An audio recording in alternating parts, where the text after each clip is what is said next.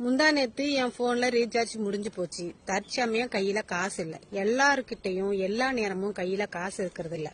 சரி, காசு இல்லையே, ஒரு 2 நாள் கழிச்சு ரீசார்ஜ் பண்ணலான்னு இருந்தேன்.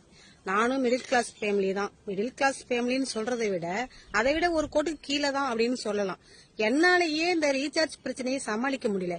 என்னை விட கீழே ரொம்ப ஏழை மக்களுக்கு தினக்கூலி போய் சாப்பிட்றவங்களுக்கு எல்லாம் இந்த ரீசார்ஜ் பிரச்சனை எப்படி அவங்க சரி பண்ணுவாங்க?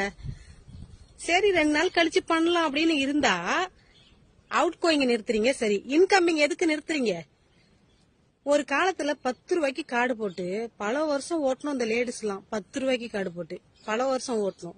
அட்லீஸ்ட் ஒரு வருஷமாவது ஓட்டணும். இன்னைக்கு வருஷத்துக்கு 3500 ரூபாய்க்கு ரீசார்ஜ் பண்ண வேண்டியதா இருக்கு. 3500 ரூபாய் 10 ரூபா போட்டு ஒரு வருஷம் காலம் போனது போச்சு. இப்ப 3500 ரூபாய். இன்கம் அவுட் கோயிங்க நாங்க கார்டு போடலையா? நீங்க அவுட் கோயிங்க நிறுத்துங்க. இன்கமிங் எதுக்கு நிறுத்துறீங்க? ஏங்க, எங்கள்கிட்ட காசு இல்லைங்க. எங்கள்கிட்ட எப்ப இருக்கோ அப்ப போடுவோங்க. ஒரு வாரம் கழிச்சு போடுவோம், 2 நாள் கழிச்சு போடுவோம், ஏன் 10 நாள் கழிச்சு கூட போடுவோம். இன்கமிங் யாவது வைங்க. ஏன்னா ஏதோ ஒரு அர்ஜென்ட் கால் பண்றாங்க, ஏதோ ஒரு ஆபத்துல சொந்தக்காரங்க மாட்டிட்டு என்ன காப்பாத்துங்கன்னு கால் பண்றாங்க. எப்படிங்க போறது? திடீர்னு யாராவது ஹாஸ்பிட்டல் அட்மிட் ஆகி ரத்தம் வேணும்னு சொல்லிட்டு போன் அடிக்கிறாங்க. இன்கமிங் கால் வந்துச்சுன்னா நாங்க அதை அட்டன் பண்ணி ஒரு தகவல் கேட்டு போவோம். இல்ல, இன்கமிங் ஏங்க நிறுத்துறீங்க? ஏழைங்க வயிற்றுல சத்தியமா அடிக்கிறீங்க. தயவு செஞ்சு அரசாங்கம் இந்த வீடியோ சப்போஸ் அரசாங்க கண்ணுக்கு போனுச்சுன்னா இந்த நடைமுறையை கொஞ்சம் மாத்துனீங்கன்னா மக்களுக்கு ரொம்ப உபயோகமா இருக்கும். ஏங்க, என் போனுங்க, ஏன் சிம்முங்க, நான் கார்டு போடலையா? நீங்க நெட்வொர்க் வச்சிருக்கீங்களா? நீங்க நெட்வொர்க் குடுக்குறீங்களா? நான் கார்டு போடலையா? என்னோட அவுட் கோயிங்க நீங்க வேணா நிறுத்திக்கோங்க. இன்கமிங் எதுக்குங்க நிறுத்துறீங்க?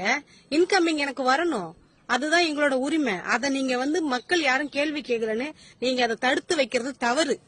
ஏங்க, கையில காசு இல்லன்னு கடன் வாங்கி ரீசார்ஜ் பண்ணிருக்கேங்க. சாப்பாடு செலவை பார்க்காம நான் ரீசார்ஜ் பண்ணிருக்கேன். இன்கமிங் கால் வச்சிருந்தீங்கன்னா ஏதாவது ஒரு வேலைக்கு போய் சம்பாதிச்சு நான் ரீசார்ஜ் பண்ணுவேன். இப்ப நான் கடன் வாங்கி போடணும். இப்ப நான் வேலைக்கு போறேன்னா அந்த கடனை கொடுப்பேன்னா நான் சாப்பிடுவேனா?